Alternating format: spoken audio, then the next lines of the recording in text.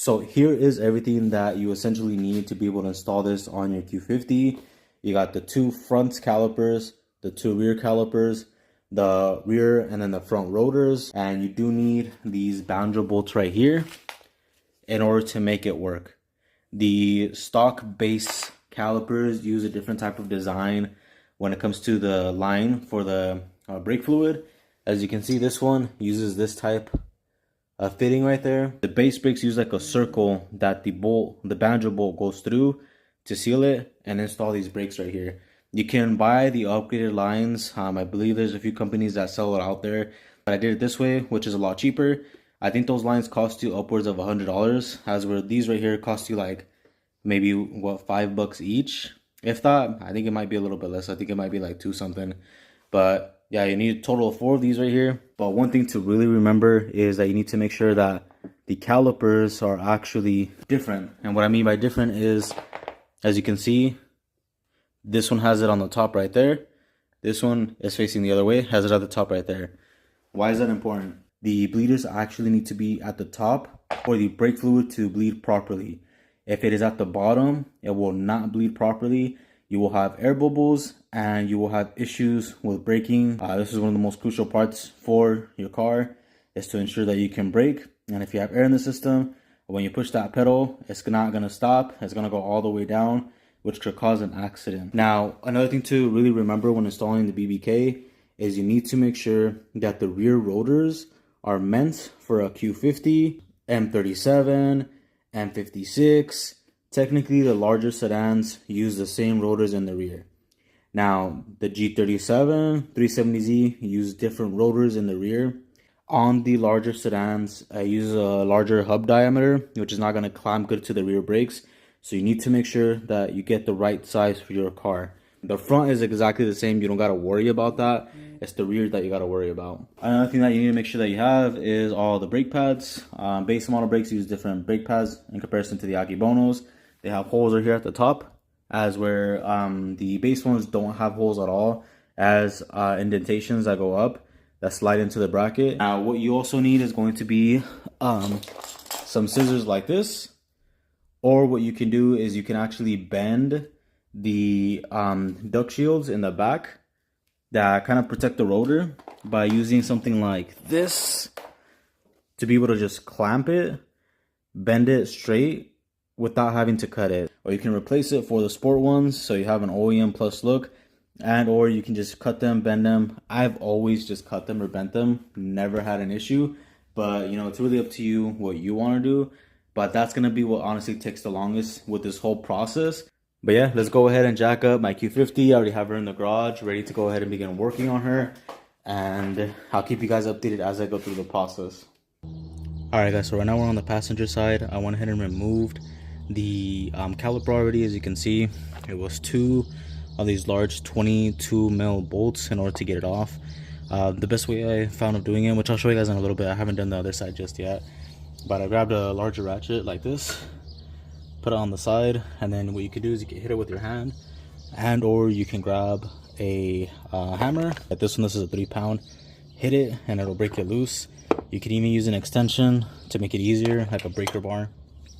But I grabbed my pliers, and essentially what I did is just bend this to straighten it out. And now as you can see, it's smooth. It's not gonna hit the rotor. This bottom piece right here does not need to be bent. As you can see, it already curves in.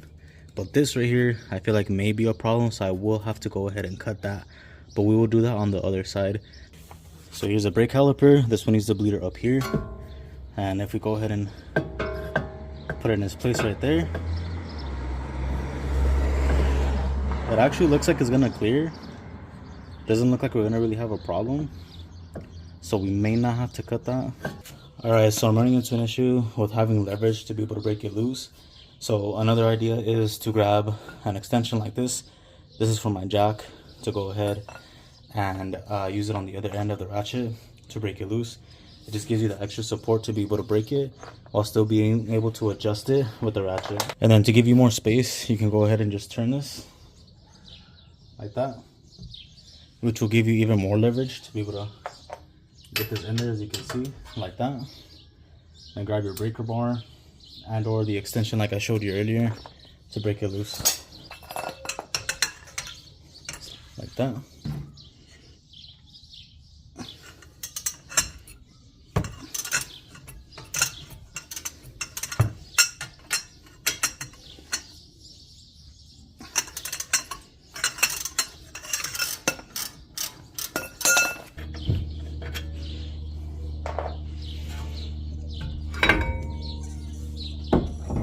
Now you can grab this and put it to the side like that.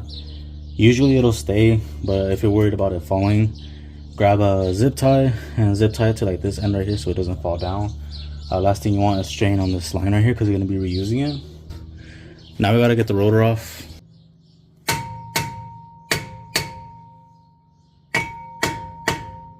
So try to break it loose.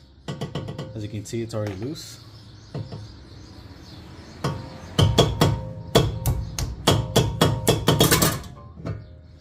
And there you go. Now, as for this part right here, as you can see, it has a lip right there. So all I did is grab this. I actually started from this side right here to straighten it out as much as possible. Unless you have like an electric tool, a Dremel of some sort that'll make it easier to cut it, and you can do it that way. What you also want to do is you want to make sure it's kind of bent back slightly, because if it's too forward, it's going to end up hitting the rotor. Now I'm going to go ahead and cut this with my scissors, just going all the way down right there, just to remove this like part right there. I was trying to bend it straight, but yeah, it's kind of difficult, so I'd rather just cut it to make it easier so I don't waste a lot of time trying to bend this straight. As you can see, it's straight. So let's go ahead and cut this right here.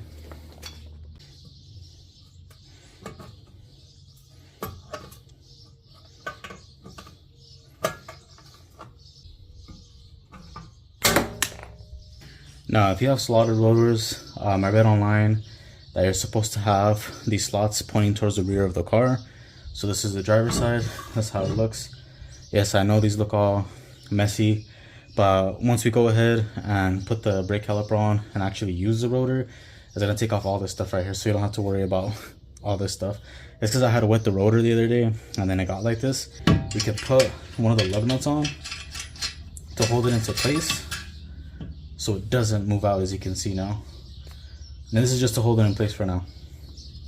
And also you can use this to check to see if there's any noise, if anything's hitting anything, if anything's too close. If it's too close, you want to bend it out of the way. I can kind of feel like the bottom one's a little bit too close, so I'm gonna bend that out and then put the caliper on. Alright, now that you got the caliper installed and everything, you want to go ahead and put on your banjo bolts. So you obviously have to remove the other one from the other caliper. I believe it's a 10 mil. And the new banjo bolts are larger. I think they are like a 12 to 14 mil. This one's a 12 mil.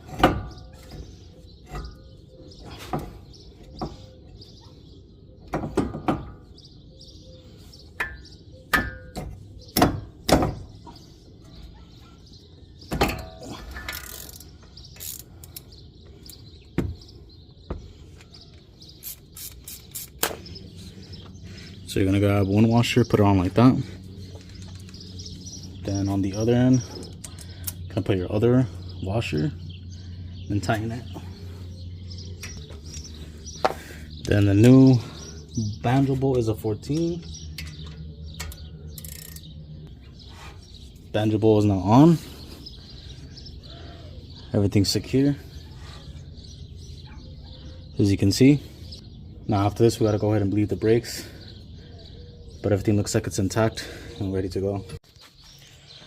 Alright, now that you got everything installed, you want to make sure you torque the bolts to the caliper down to spec. Our line has said like 80 to 100. I'm going to do a middle ground of about 90. So I'm going to torque these down to 90 foot-pounds. I have my torque wrench right here, ready and set to go. So you can go ahead and tighten this down.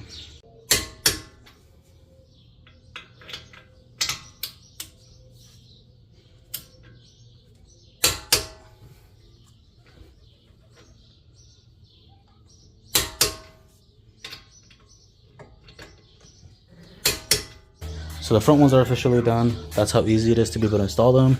Now the rear ones are pretty much exactly the same. The only difference is I believe you have to cut more of the duct shield because it does get in the way, but you can also flatten it out. But as you can see, it goes all the way around, so it is a little bit more difficult.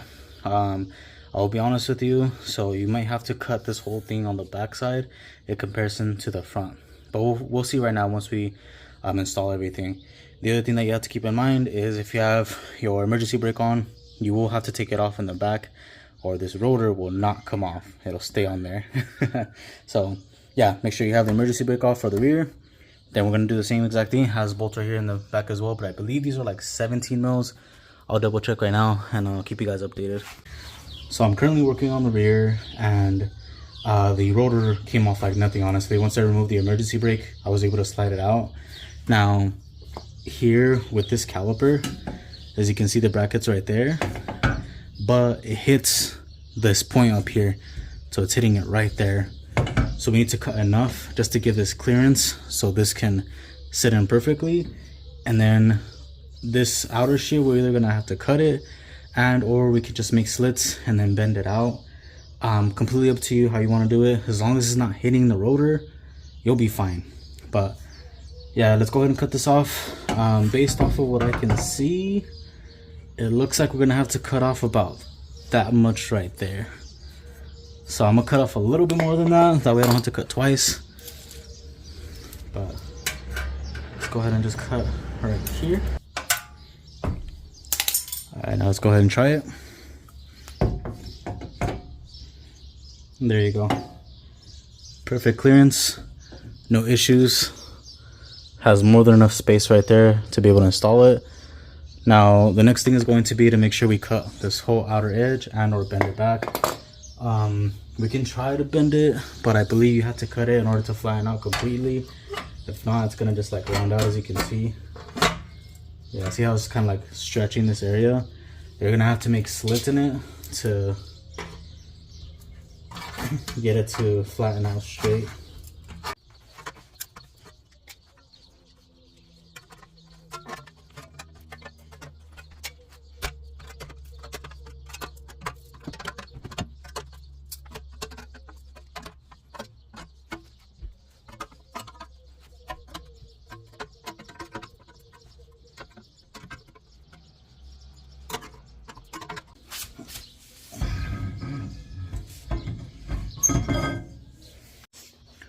So I wasn't gonna cut the rear of the rotor or the duct shield, but as you can see, you can kind of see how it sticks out, and it's kind of bad in my opinion. The bottom one you can't really see that much, as you can see. I mean, you could cut it a little bit, but I'm for sure gonna cut this because I don't want to see that. It just looks ugly. So let's go ahead and cut this section right here. Now, before I go ahead and start doing this, let me go into a little bit of detail of exactly how this works, because I was kind of like confused on how this actually worked. But you're gonna have this reservoir right here, right? It has a gasket that you need to put on there, and it's gonna allow it to seal. And then you're gonna grab this piece, you're gonna connect the tube right there, and then this side on the other end on the same inlet outlet, and then you're gonna cover it up. Now you do have to add a little bit of fluid in here, I would say up to like right here, to cover up until where the pipe is at. This way it doesn't introduce air into the system and it's consistently full. If you leave it empty, it's just going to introduce air into the system, which you don't want. But as you're bleeding the brakes, it does fill it up. So as I did one caliper, I would have to throw out the fluid and then put in new fluid, because as you can see right there, every single time I did a caliper, gunk came out of it. And you want to make sure it's clean and there's no debris in there. So after each one, after I did the caliper, I went ahead and dumped it out. I added a little bit more fluid in there, and then I would have to go back in here and add fluid as well. Every time I did a caliper, it will drop down, I would say up until the halfway point almost. So technically, like after I did one caliper, I had to go add fluid as well, because you don't want the reservoir, that one, nor the one inside of the car, to get empty, because again, it's going to introduce air, especially if that one goes empty in there. So you got to be mindful of that. Got to do everything pretty quickly. The good thing is that because this is like a closed system and there's no air in it, you can see like the bubbles just dripping out slowly. So if you see bubbles, you got to keep pushing it until it comes out completely clear, and then go on to the next. Alright, so the car is on right now because I'm bleeding the brakes, and right now you can kind of see that this reservoir is doing its job by allowing the air to drip out. I got this reservoir right here from AutoZone, and what it is, like a one-man reservoir, so you don't need somebody else to help you in order to bleed the brakes. And you can see the bubbles already coming out just by me opening it right there. But to speed up the process, you want to go ahead and push the brakes, and then you will see just fluid come out, and when you see no air, you want to go ahead and seal it. So as you can see, I have my wrench on it right there, and I'm going to close it once I press the brake a few times. I'm going to go ahead and push the brake, I would say about 5 times to get the fluid to flow.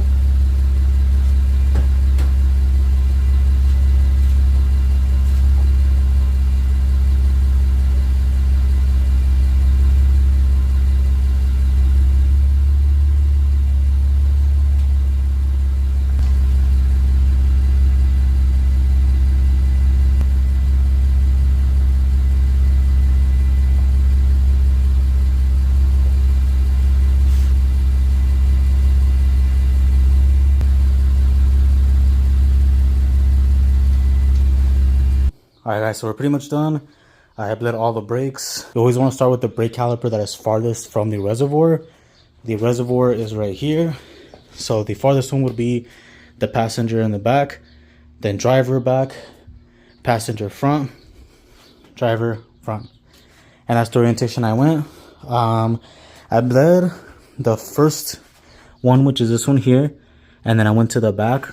I was looking at a few videos online, and most people were saying to do the front one, which is the one in the front, the bleeder in the front, and then the one in the rear first in that orientation. But I'm pretty sure that I did it correctly, because as soon as I went to the last one over here, all the air came out. The pedal was hard, so I'm pretty sure there's no leaks or anything going on. I'm gonna inspect it for a bit to see if everything is okay. But so far from what I can see, everything bled out pretty quickly and pretty easily with that kit. You can see the bubbles come out, and as soon as you see no bubbles coming out as you're pressing the pedal, then you know it's good, and you can go ahead and seal it.